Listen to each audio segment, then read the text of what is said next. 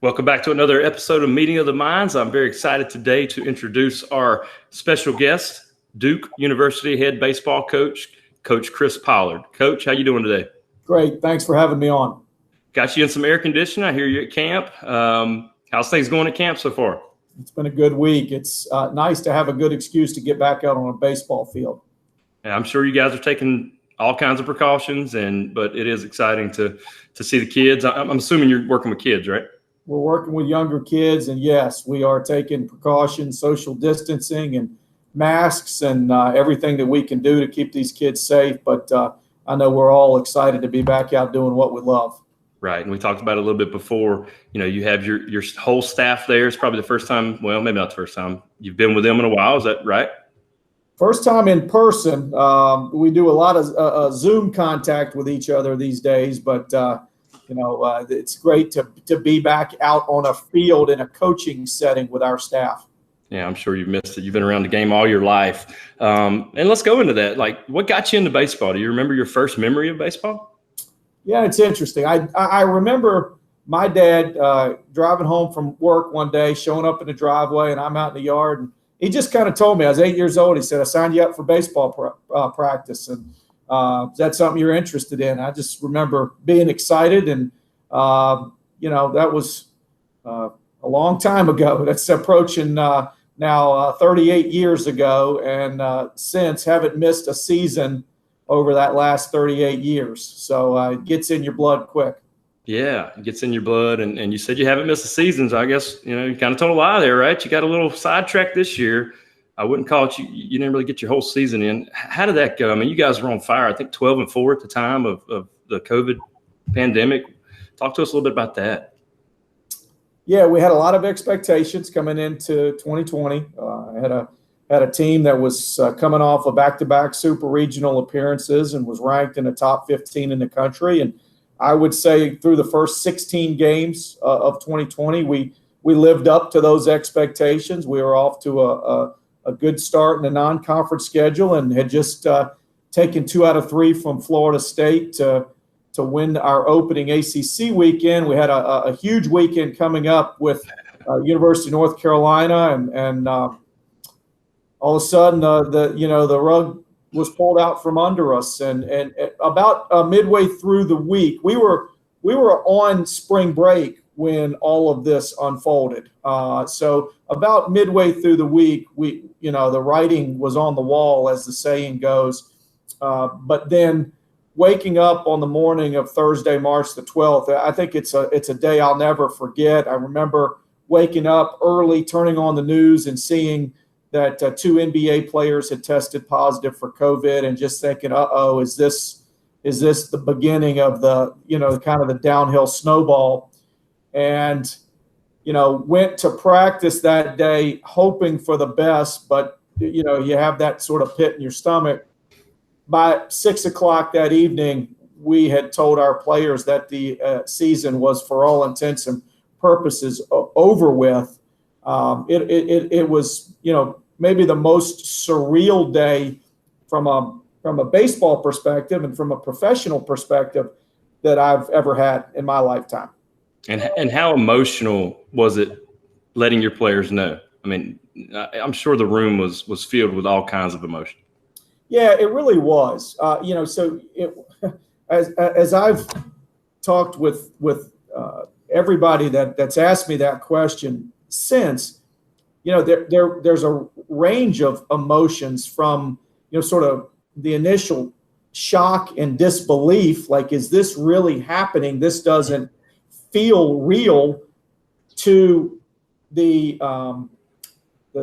emotion of realizing, wait a minute, this might be the end of the season. And, for your seniors, the fear is this maybe the last, I've played my last baseball game.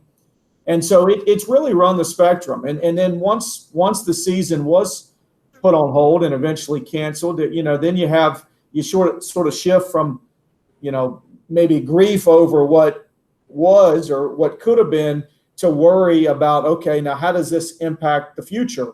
And so it's created a range of emotions. And Yeah, I think as I've told our players and I've told other people have asked me, I think baseball players are inherently good at dealing with situations like this because you can't spend a lot of time in our sport worrying about things that have happened in the past. You have to be really good at shifting your mind and your mindset to the present, something we train a lot for in our program. Nice. But it certainly has been a challenge at times over the last 3 months to remain grounded in the present and not get too caught up in what could have been, or on the other end of the spectrum, create too much anxiety over, okay, what does this mean for the future? Absolutely. That's great. And the good thing about baseball players, I mean, they are so hard when it comes to failure. I mean, they're hardened by that. They're used to it. I hate to say that, but they usually get another shot to, participate. They get another at bat. They get another pitch. Get another ball hit to them. They don't now. How did your seniors? How did they take it? I mean, how many did you have, first of all? So we had 7 seniors in our program. The good news is most of our guys are going to continue playing the game. Out of 7 seniors, we had 1 who signed a free agent contract and has moved on to professional baseball with the Chicago Cubs. We have 5 players who will come back and take advantage of the extra year of eligibility.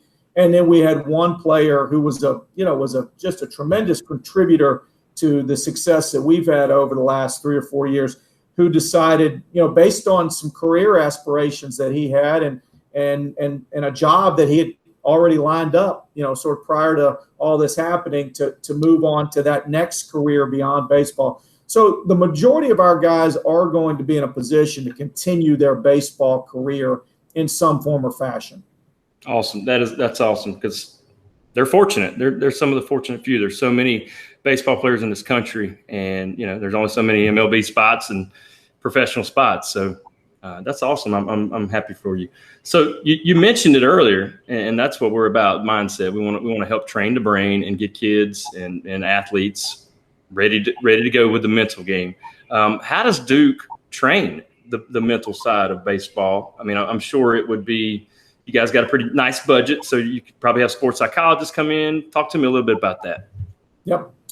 So it's a multi-layer answer to your question, but we try to be really strategic and really intentional about how we train mindset.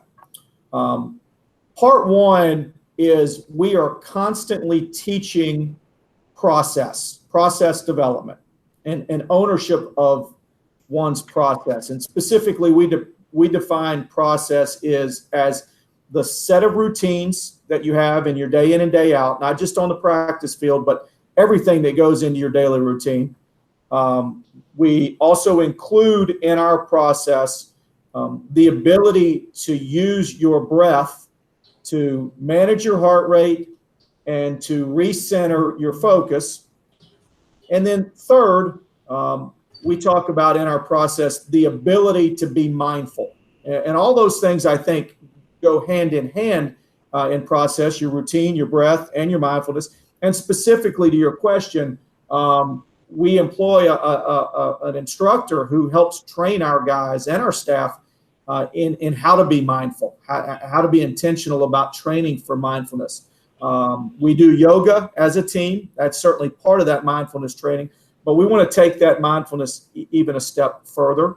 I think another big part of mindset training is really helping educate our guys through their time at Duke, but specifically when they first arrive at Duke, about what it means to really have a growth mindset and embrace failure. Not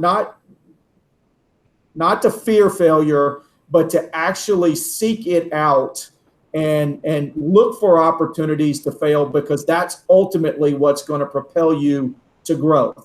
And it's good. No, that's great. That's great. That's exactly what I was going to say. That's what helps you grow. Absolutely. And that's really hard for a lot of high achievers, and certainly the guys that we get at Duke are high achievers. It's really hard for high achievers to understand, because they're used to being successful in everything they do, from their academics to baseball to their social life. And when they get to Duke, in a lot of cases, it's the first time they've really failed to any, big degree. And part of our challenge as a coaching staff is to help these guys understand that, hey, this is good. This is normal. This helps you. Because some guys that haven't failed a whole lot in their lifetime prior to getting to the collegiate level, they think they're doing something wrong. Or they sometimes think we're doing something wrong, and there's a pushback to that. So really getting guys to embrace that is another big part of it. I'm a huge believer that having the proper mindset has to include gratitude. So we have to train for gratitude. We have to learn how to practice gratitude. That's not just a landing point that you get to, the ability to be grateful. It's something you have to practice on a day in and day out basis. And then I think one of the most important, the fourth concept for us in mindset training is truly understanding how to get to a place to be a servant leader. We talk a lot in our program about servant leadership. And I think a lot of people would look at the concept of servant leadership and say, how does that impact your own mindset? Well, simply put, my experience, the very best way to get out of your own head is to focus on the people around you. And one of the easiest ways to get out of your own head is to focus on the people around you. So we train our guys to be external in their focus and not so much internal in their focus. And if a guy finds himself, being kind of too consumed with his own internal focus, hey, shift that focus to your teammates, shift that focus to the people around you, and that can be really beneficial in helping you clear some of the clutter that may be holding you back from a mental standpoint. That's awesome. Just talking about what we do at Baseball Mindset. First, we have 4 mindset principles, and the very first concept, the gratitude piece. I am thankful for the opportunity to compete. We have our athletes say this over and over and over every day. If we're working with a team, they say it as a team. They say it out loud. There's power in that togetherness, using the same words. We believe that. And the number 2 is I'm aggressive and relentless. Number 3, I have no fear of losing or making mistakes. And number 4, I never, ever give up. And when you say these things and look yourself in the mirror every day, your brain's going to start believing them, even if you don't. And that's what we teach. And I thought, you saying that about the gratitude is awesome. I love opening everything up with, hey, thank you for your time. I mean, this is so important. It's so important in our life to be grateful. And now we have an opportunity because we've missed so much. Your athletes, when they come back, they should be grateful for that opportunity. Could you go into that a little bit more? I mean, do you see your guys itching to be thankful to get back out there? Absolutely. And specifically, we talk about it. We meet weekly with our team. We have a weekly Zoom call with our guys, and we've spent a lot of this quarantine time period really focusing on mindset training. We've brought in outside instructors from a lot of different backgrounds. We've brought in guys who've written books. We've brought in guys who teach mindset for a living. We've brought in guys from the professional game to say how this is how we're doing it in Major League Baseball. We've brought in guys from the military to give their sense of what they're doing and how they're training it. But on a weekly basis, we talk about the importance of being grateful for not just the positive things you have in your life, but also be grateful for those things that are challenging you. Be grateful for the adversity. Be grateful even for having to go through this experience, because you're ultimately going to be better because you've had to go through this. I want our guys to know every time you are really challenged with something and you persevere and you push through that, you become better. You use the term hardened. I like that. I think that's very true. You do become hardened because of those experiences. And so look to be grateful for those things happening to you, because ultimately they're going to propel you down the road. Yeah, most times in our life, when we look back and say, when it's right in front of us, this is the worst thing that could ever happen. I mean, this is terrible. COVID-19 is driving me crazy. I'm here. I mean, I can't go anywhere. I got to wear a mask. But if you can look at it and say, stop, how can I make this the best thing that ever happened to me? If you can do that and have that mindset shift, you're going to move in the right direction. And even if you mess up and you don't get it done all, like you want to, at least you're progressing each and every day. And that's what I feel like is the most important thing, getting better as a human every day. Yeah, we have a saying, gratitude is the enemy of entitlement, and one of the hardest things I think we fight as human beings is the inclination to be entitled, to say, why me, why, what, and to focus on, why somebody else has got it better. And I think the more we are active about practicing gratitude, we push those thoughts and we push those inclinations aside. Yeah, I'll shout out Duke right now. Sometimes I think about my kids. I got to change diapers. Oh no. Oh, I got to go outside. It's 90 degrees. I'm trying to get this done. And then I just put my mind on my neighbor who goes down to Duke about once a week and has her little 1-year-old daughter get chemo treatments. And you talk about a mindset shift. I'm taking my kids outside. I'm playing hard. So that, I think that's the same thing. You can shift your focus. And you mentioned that at the very beginning of the show, right? It's so funny you mentioned that, because I think that is one of the easiest places. Perspective is always one of the easiest places to find gratitude, right? When you have perspective about your situation and you talk about your neighbor. I've had players before that I'll point to the sky. Where we practice is just a few hundred yards from the medical center at Duke. And at least once a practice, we'll have one of the Duke Life Flight choppers, the helicopters, fly over our heads as they're heading to or from the hospital. And it's a powerful reminder. And I've even stopped in the middle of a bullpen one time. I told a pitcher, I said, look up. I said, you think you're having a bad day. That individual that's in that helicopter right now is having a bad day. He must have been bad in the pen that day, huh? Well, the thing we have to remember is that we're out on a baseball field. We don't have bad days, right? We either have good days or we have great days. But right. Compared to what other folks are having to go through and deal with, I think that having that type of perspective is really important. Yeah. Well, I know you place a lot of value on it. You bring all kinds of instructors in. I'm a little shocked that Duke doesn't just provide a sports psychologist for you, but we do. I have to give a shout out to the great sports psychologists that we have in our department. Dr. Greg Dale, who's a 4-time author and has been a big part of our program and mindset training, and Dr. Sean Zeppelin, who kind of works on more of the one-on-one clinical side. Both those guys do such a great job for our athletics department. So we are blessed with some great resources in that area. I might have to drop your name and get them on the show one day. You wouldn't mind, would you? I'll be happy to help facilitate that. That's awesome. I appreciate that, Coach. So the number, what would you put on it? And everybody this week has said the Yogi Berra quote. So, you can do it if you want, but just know everybody else has. So it's funny. I Still with me? Yeah. Can you hear me okay? Yeah, it kind of froze up. You good? Okay, there you go. I think so. We're good. I think this is such a great and interesting question, and maybe I'm going to give a kind of an unconventional response. Good. My hope is that through our mindset training, we try to get baseball to really not be mental at all. And ultimately, what we're trying to do with our mindset training is help guys recognize what distractive thoughts hold them back, right? So we want ultimately for our guys to be very freed up to the point where their physical ability really takes over and there's not a lot of conscious thought that's happening when they're in the competitive setting.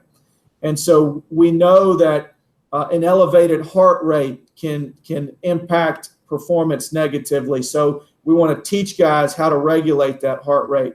We know that fear of failure can hold guys back in terms of allowing their physical ability to take over. So we want to rewire how guys feel about failure so that they can be relentless and aggressive.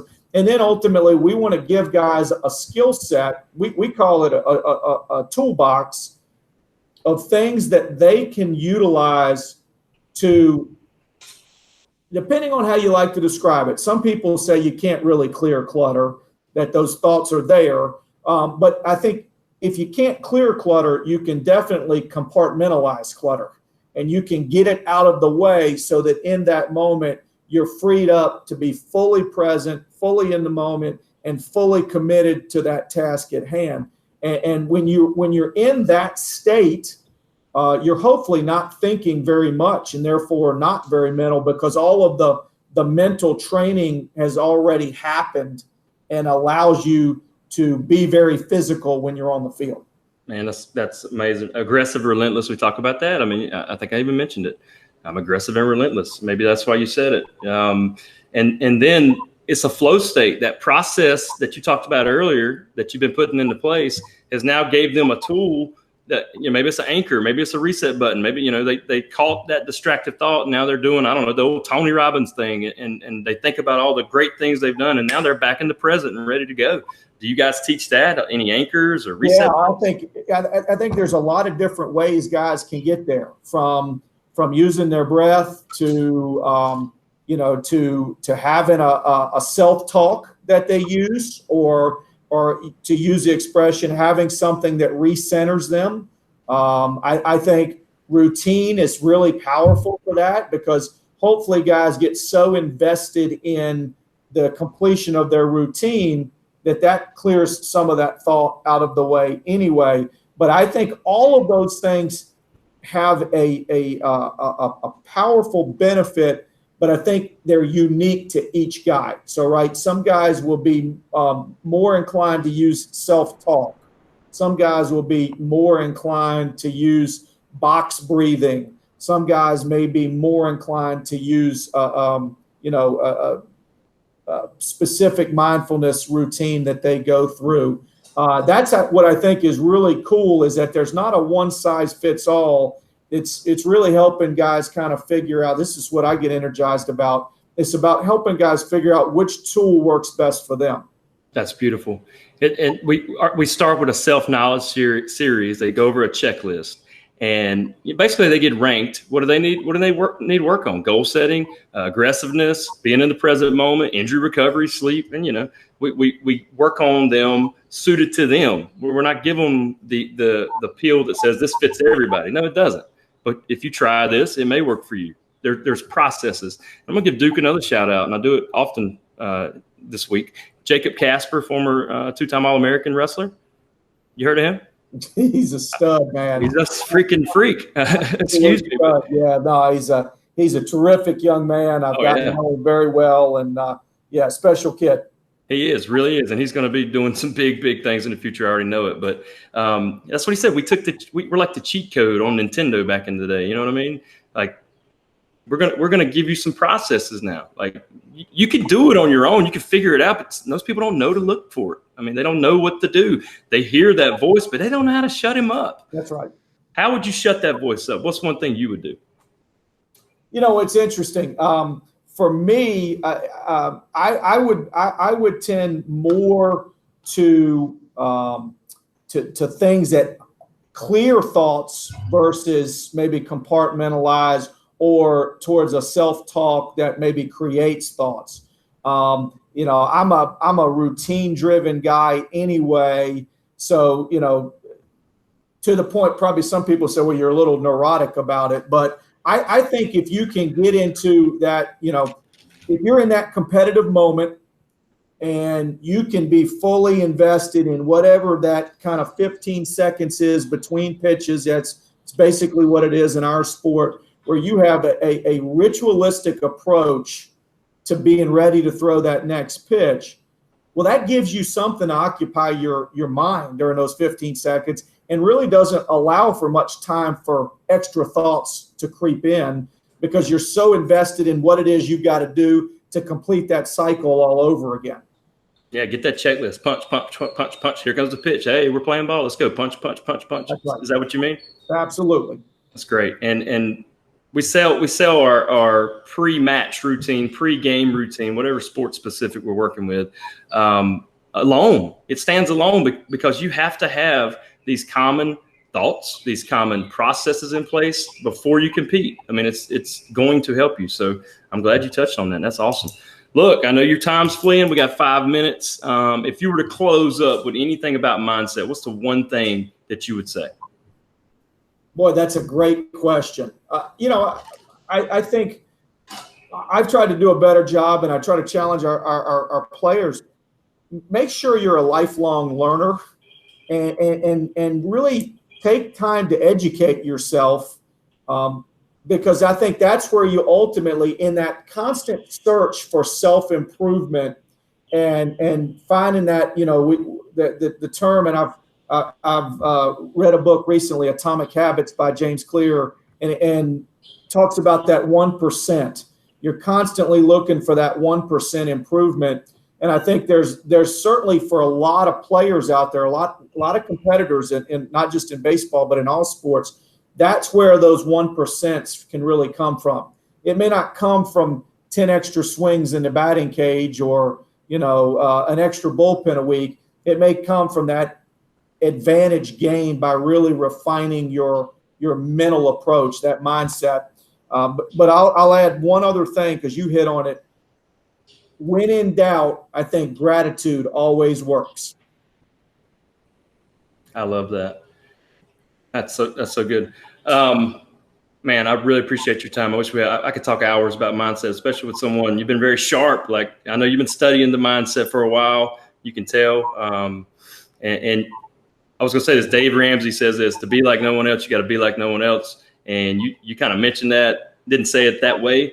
And I thought, hey, that's why this guy right here is coaching at Duke. I mean, he's doing things that other people don't do, and it shows. So thank you for your time. And if there's anything we can do for you at Baseball Mindset, please let me know. And good luck. I mean, I'm ready to see the Blue Devils in action again. I can tell you that. Thanks for having me on. Great to talk with you. Yes, sir. Take care, Coach Pollard.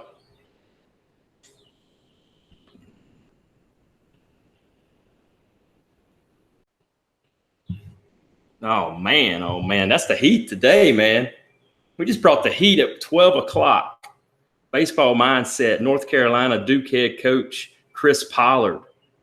And, man, he's got it figured out. And we talked a little bit after we got off the air. And another thing he mentioned is now that he's a head coach at such a prominent program, and he didn't say this, I did.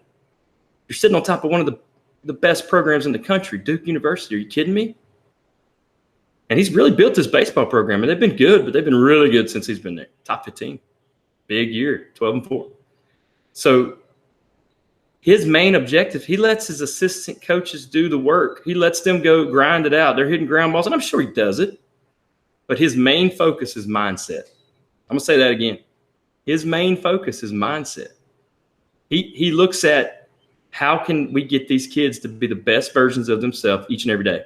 And the tool bag approach, that's golden. Put this in your tool bag. Put this anchor in your tool bag. Put this alter ego in your tool bag. Put this breathing thing in your tool bag. Hey, put this pre-match routine, this pre-game routine in your tool bag. And when you put all these tools in your bag, you're going to sharpen up. You're going to sharpen up your body. You're going to sharpen up your mind. You're going to have avenues that can take you places you never thought you could go. Because there's somebody inside of you. It could be a thought. It could be a brain. I mean, it could be a voice. It could be a feeling. It could be something that's holding you back from being the best version of you. And say, no, it's too easy. Don't do it. Or I'm sorry, it's too hard. Don't do it. You shouldn't do that. That doesn't make sense. You can't do that. Why do you want to run that? Why do you want to go out? Why don't you want to wear a mask? The ultimate job of the human brain is this: to keep you safe. It wants to keep you safe. It wants to keep you comfortable. And when you can realize that and say, you know what? I'm going to control you now because I'm going to make myself uncomfortable. And as I always say, uncomfortable now equals comfortable later. Pay now so you can play later, or you can play right now. Your Little League career, your high school career, your life, your marriage, but you got to pay later because you never made time to really solidify anything in your life. Everything was just, I'm comfortable doing it. I'm just going through the motions. We got to get out of that, guys. So Chris Pollard's fired me up. I've got 2 more interviews today. Bradley Rudisell coming up next. Davie County High School head baseball coach. I'm excited to talk to him. And then we're going to wrap up today with the reform sports parent, Nick Boonacor. I hope I said that right. And he's going to help me correct that. Nick Boonacor, the reformed sports parent. Check that out. These guys are pushing out stuff from quality coaches, Mike Fox, Cliff Godwin, these names, these baseball names that you should know if you're in the collegiate game. And they're saying things that parents need to hear because there's some crazy parents out there. And we got to start treating our kids a little bit better so they can be a little bit more successful in life. So we got to take ourselves. We can't live through them. We'll get on that later. But that's all the time we have for this episode of the Meeting of the Minds. Duke coach Chris Pollard. Oh, man, again, so fired up. Coach Croc is going to come back to you in a real quick bit. I'm going to get a little bit of water, go run a lap, and get ready for Bradley Russell coming up next.